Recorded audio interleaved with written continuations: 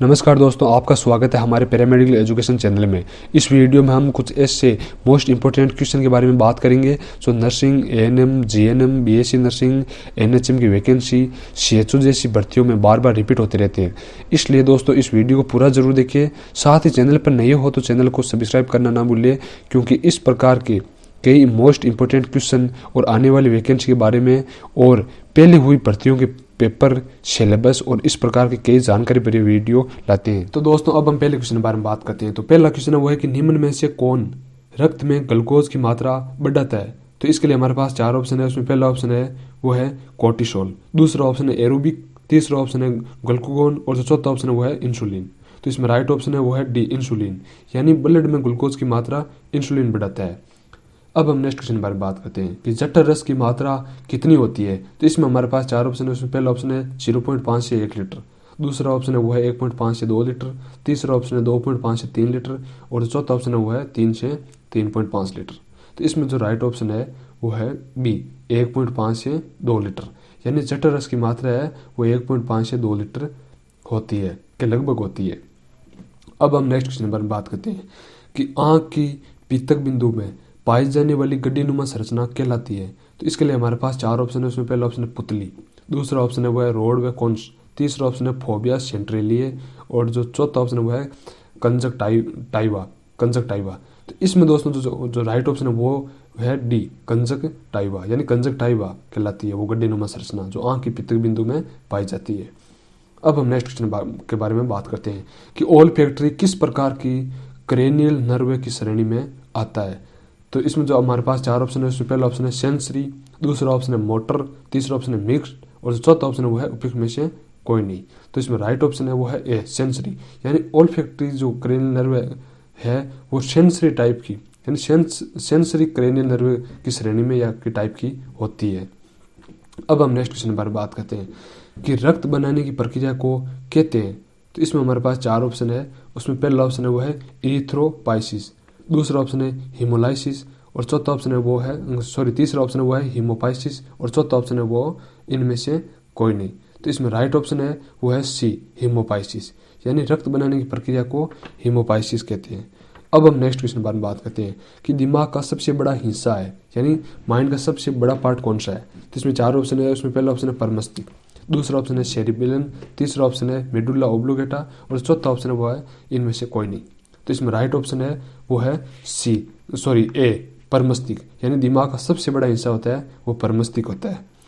अब हम next question के बारे में बात करते हैं कि पुरुषों में दिल का वजन लगभग कितना होता है, यानी मेल जो हार्ट होता है उसका वजन लगभग कितना होता है। तो इसमें पहला ऑप्शन है वो है 200 ग्राम, दूसरा ऑप्शन है वो है 320 ग्राम, तीसरा ऑप्शन है वो है 250 ग्राम और जो चौथा ऑप्शन है वो है 300 ग्राम।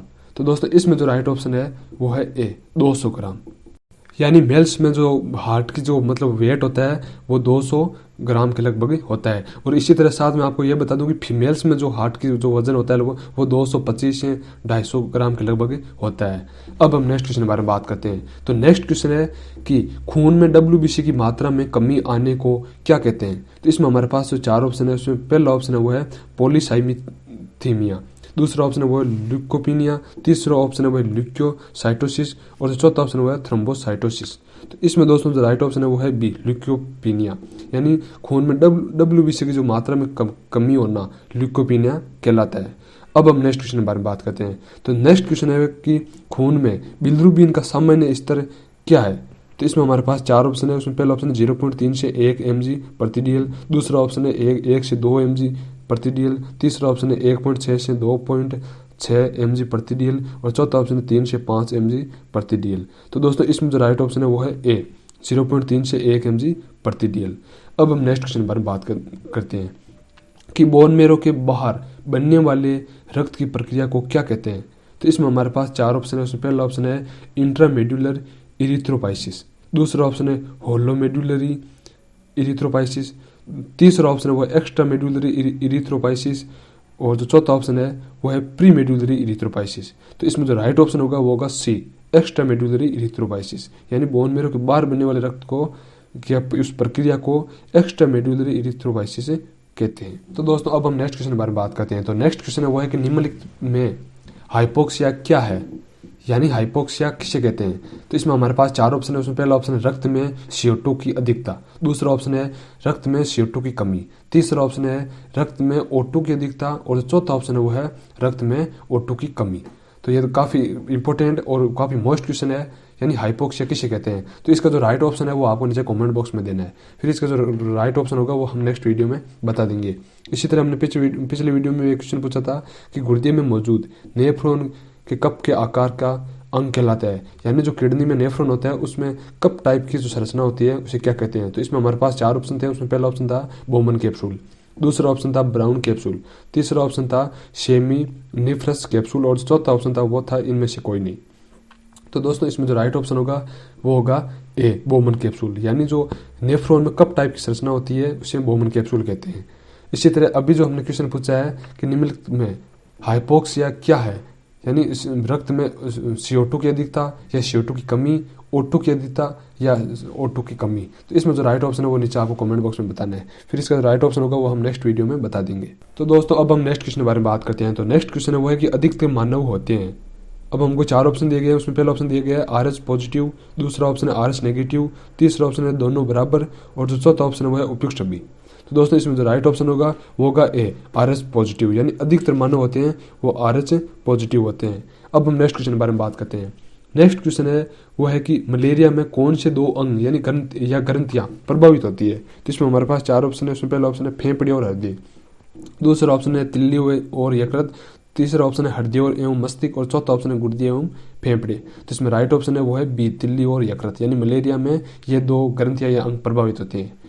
अब हम नेक्स्ट क्वेश्चन के बारे में बात करते हैं कि मेडुला ओब्लोगेटा मानव शरीर के किस भाग में होता है।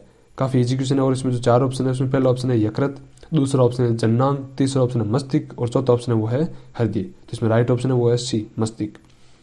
अब हम नेक्स्ट क्वेश्चन के बारे में बात करते हैं कि फेफड़ों के आवरण को क्या कहते हैं। तो इसमें हमारे पास 4 ऑप्शन है। उसमें पहला ऑप्शन है पेरिटोनियम, दूसरा ऑप्शन है पेरिकार्डियम और तीसरा ऑप्शन है वो है प्लूरल कवरिंग और चौथा ऑप्शन है एंडोकार्डियम। तो इसमें राइट ऑप्शन है वो है बी, यानी पेरिकार्डियम, यानी फेफड़ों के आवरण को पेरिकार्डियम कहते हैं। अब हम नेक्स्ट क्वेश्चन के बारे में बात करते हैं कि तीव्रतम भावनाएं किस ग्रंथि के कारण उत्पन्न होती है। तो इसमें हमारे पास 4 ऑप्शन है।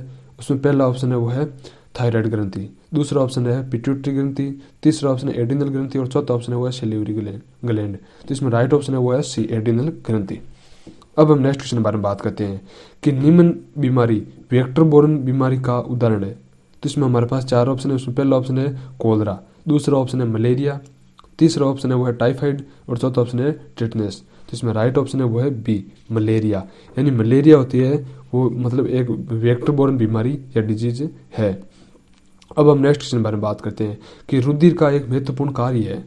तो इसमें हमारे पास 4 ऑप्शन है। उसमें पहला ऑप्शन है मानव शरीर का तापमान स्थिर रखना, दूसरा ऑप्शन है अंत अंगों में बहते रहना, तीसरा ऑप्शन है वो है त्वचा को लाल रंग देना और चौथा ऑप्शन है उपयुक्त में से कोई नहीं। तो इसमें काफ़ी मतलब इजी ऑप्शन दिए गए हैं और इसमें जो राइट ऑप्शन है वो है ए, मानव शरीर का तापमान स्थिर रखना। ये भी एक मतलब ब्लड का मेन कार्य होता है। तो दोस्तों अब हम नेक्स्ट क्वेश्चन के बारे में बात करते हैं। तो नेक्स्ट क्वेश्चन है वो है कि सूक्ष्म जीव विज्ञान के क्षेत्र में पहला नोबेल पुरस्कार किसे मिला। तो इसके लिए हमारे पास 4 ऑप्शन है। उसमें पहला ऑप्शन है लैंड स्टाइनर, दूसरा ऑप्शन है रोस, तीसरा ऑप्शन है वो है रॉबर्ट कोच और चौथा ऑप्शन है वो है बेरिंग। तो इसमें राइट ऑप्शन है वो है बेरिंग, यानी सूक्ष्म जीव विज्ञान के क्षेत्र में पहला नोबेल पुरस्कार है वो बेरिंग को दिया गया। अब हम नेक्स्ट क्वेश्चन के बारे में बात करते हैं कि आनुवंशिकी के पिता है। तो इसके लिए हमारे पास 4 ऑप्शन है। उसमें पहला ऑप्शन है लुईस पास्चर, दूसरा ऑप्शन है G.I. मेंडल, तीसरा ऑप्शन है वो है रॉबर्ट कोच और चौथा ऑप्शन है वो है एरिस्टोल। तो इसमें राइट ऑप्शन है वो है बी, G.I. मेंडल, यानी आनुवंशिकी के पिता G.I. मेंडल को कहते हैं।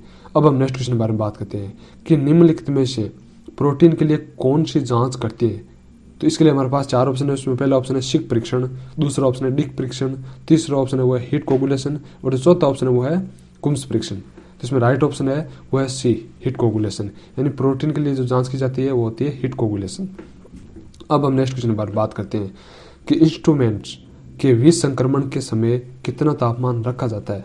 तो इसके लिए हमारे पास 4 ऑप्शन है। उसमें पहला ऑप्शन है 110 डिग्री सेल्सियस, जो सेकंड ऑप्शन है वो है 160 डिग्री सेल्सियस, तीसरा ऑप्शन है 150 सेल्सियस और जो चौथा ऑप्शन है वो 180 सेल्सियस। तो इसमें राइट ऑप्शन है वो है बी, 160 डिग्री सेल्सियस, यानी इंस्ट्रूमेंट के विष संक्रमण के लिए 160 डिग्री मतलब तापमान होना चाहिए। अब हम नेक्स्ट क्वेश्चन के बारे में बात करते हैं। तो जो नेक्स्ट क्वेश्चन है वो है कि नेशनल मेंटल हेल्थ प्रोग्राम किस सन में लागू हुआ।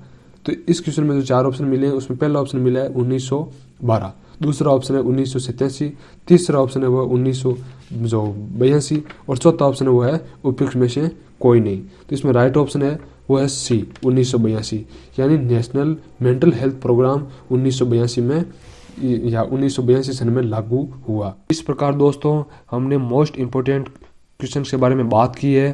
तो अगर ये क्वेश्चन आपको अच्छे लगते हैं तो इस वीडियो को लाइक करें, अपने दोस्तों के साथ शेयर करें और चैनल पर नए हो तो चैनल को सब्सक्राइब करें। Thanks for watching.